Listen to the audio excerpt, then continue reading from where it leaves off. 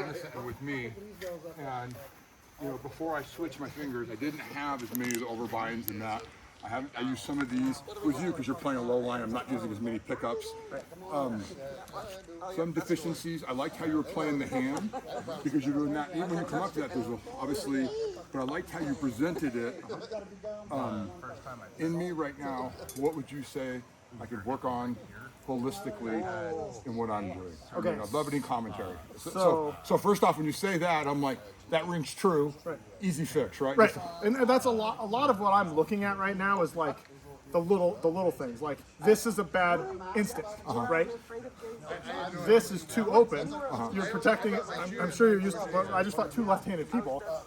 When you're fighting left-handed people, this being out here is not terrible, right? But here, yeah, you got it across. Yeah, okay. you gotta protect against where the shot is coming from. And so yeah, that's if you're getting hit in the hand, it's because this isn't pointed where the threat is coming from. Okay. So there's that. We already talked about the loading, right? Because there's you're like it's very much like I'm ready to go. Yeah, right. So there's not come to me. I don't want to do all this work. Right. There's not a lot of that in the conversation that we've been having with our swords. I would agree.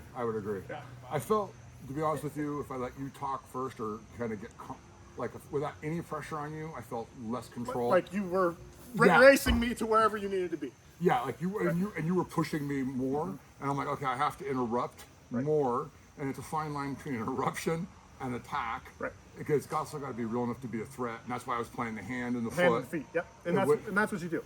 Okay. So like if I am in a place like when I heavy fights with Sven, I can't get to here because he's already beat me. Like so I have to be I'm aiming for here down on everything that happens. And if he closes that range for me, great. Now I'm in body and head, right? So I'm doing the same thing on the fencing field.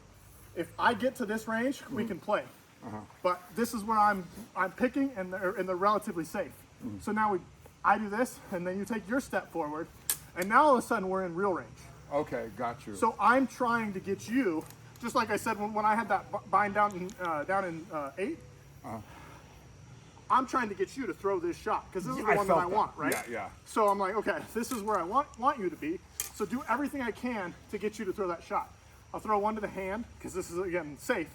If you don't recover, so hand and immediately drop, like Blade says, right? You get this out of the way. Immediately refuse the sword. Get this out of here. Okay. Because the next shot that they're trained to do, you parry and then you throw your shot. So they make that parry, and I recover and I get this completely out of the way. They're like, oh, I need to throw my turn, right? Right. So everything you're trying to do is get them to throw that shot back at you in this general line. And that's how you're getting the prediction window of when they're going to throw, because you know the timing is supposed to come back. Because I'm like, come on. Yeah. And then if they don't bite, you go up higher. So as I throw a shot here, someone might just stutter their hand a little, right? But as you go up farther, now I have to move my arm a little bit more. You go up even farther, now I have to really parry, right? And from here, everyone wants to go, wha-bam! Right, and then you just go. And then you're going. Right, and you go to your thing, right? So the same thing I talked to Nick about. When you cross parry and block it, don't hit it, catch it. So throw a shot to my 4. I'll show you the difference. This is what you just did. Right. And what I felt a lot from you. What you need to do is this. Okay. So you need to catch it and hold on to it. Because if you do this, I don't know where you are anymore. Okay. But if you throw that same shot. Can you do that for me, please? Yes. So I'm going to do like this? Yes, and that's perfect because you want it, regardless of where you catch it. Regardless of where you catch it, you want that thing to go right there. And then work the. Now you know exactly where it is. Okay.